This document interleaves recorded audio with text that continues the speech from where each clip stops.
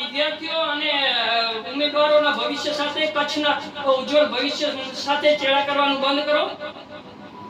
તમને વિશેષાધિને કે જે તમારા અધિકારો કઈ માનવા તૈયાર નથી સાહેબ। હકીકતમાં તમારે છે ને એનએસયુઆઈ વિદ્યાર્થી સંગઠન છે આજે માનનીય કુલપતિશ્રીને મળવા માટે ને કુલપતિશ્રીને આવેદન આપવા માટે અત્રે આવેલ છે, પરંતુ કુલપતિશ્રી આજે ગાંધીનગર ગયેલ હોય તેમને મળ્યા નહીં, એટલે એનએસયુઆઈ વાળા વિદ્યાર્થીઓ સંગઠન અહીંયા રજિસ્ટર પાસે આવેલ છે। બરોબર, તો તમે પછી લેવા શું તમારે? મેં સાહેબને કહી દીધો છે તમે જેટલા જોતા હોય એટલા રૂપિયા આપશે। બાકી આ વિદ્યાર્થીઓ સાથે અને ઉમેદવારો સાથે એના ભવિષ્ય સાથે ચેડા કરવાનું બંધ કરો। સમગ્ર 2 દિવસથી કચ્છમાં જે હમણાં ભરતી થઈ તે બાબતે ભરતી કૌભાંડ આચરવામાં આવ્યું છે।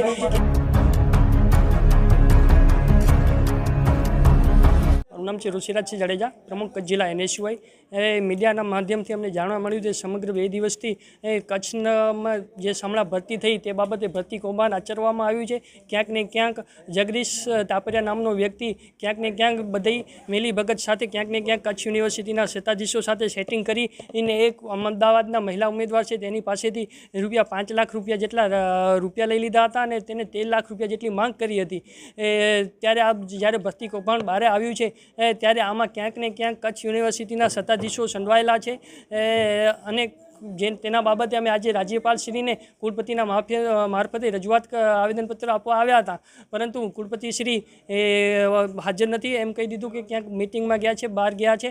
પરંતુ અમને ક્યાંક ને ક્યાંક આશંકા હતી કે આ ભરતીમાં ક્યાંક ને ક્યાંક છબડો થશે, ક્યાંક ને ક્યાંક સેટિંગ થઈ રહી છે।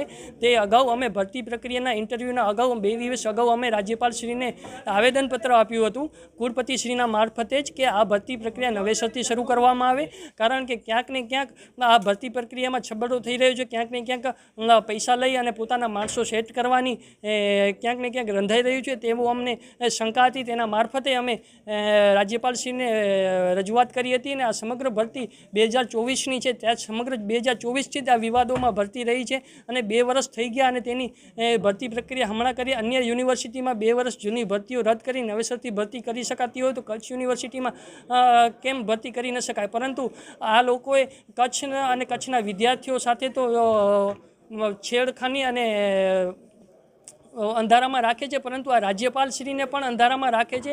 અમે જે રજૂઆત કરી હતી આમના દ્વારા આજ દી સુધી એ રજૂઆત રાજ્યપાલશ્રીને પહોંચાડવામાં નથી આવી। આજે અમે જ્યારે આ લેટર માંગ્યો છે તેમણે રાજ્યપાલશ્રીને રજૂઆત કરી હોય તેનો, પરંતુ એ હજી સુધી ગોતે છે। ક્યાંક ને ક્યાંક યુનિવર્સિટી પ્રશાસન ગોળ ગોળ ફરાવી રહ્યું છે, આગળની રજૂઆતોની કોપી લઈને અમને આપે છે કે આ તમારી રજૂઆત હતી, પરંતુ જે ખરેખર અમે જે રજૂઆત કરી હતી એ ભરતી બાબતે તે બાબતે હજી સુધી તે લોકો રાજ્યપાલશ્રીને અંધારામાં રાખ્યા છે, ક્યાંક ક્યાંક રાજ્યપાલશ્રીને મૂર્ખ બનાવ્યા છે અને સમગ્ર કચ્છને મૂર્ખ બનાવ્યા છે।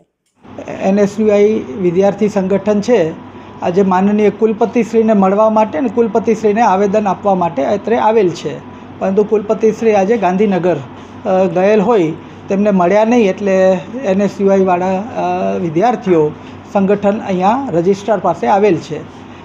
એમને વાઇસ ચાન્સેલર સાહેબને આવેદનપત્ર આપવાનું છે, પણ વાઇસ ચાન્સેલર સાહેબ આજે નથી। માંગો મને એમણે આવેદનપત્ર આપ્યું નથી, એટલે મને ખ્યાલ નથી કે એમની માંગો શું છે। આક્ષેપો મને ખ્યાલ નથી શું આક્ષેપો એમણે કરેલા છે, કારણ કે મને આવેદનપત્ર કોઈ આપેલ નથી।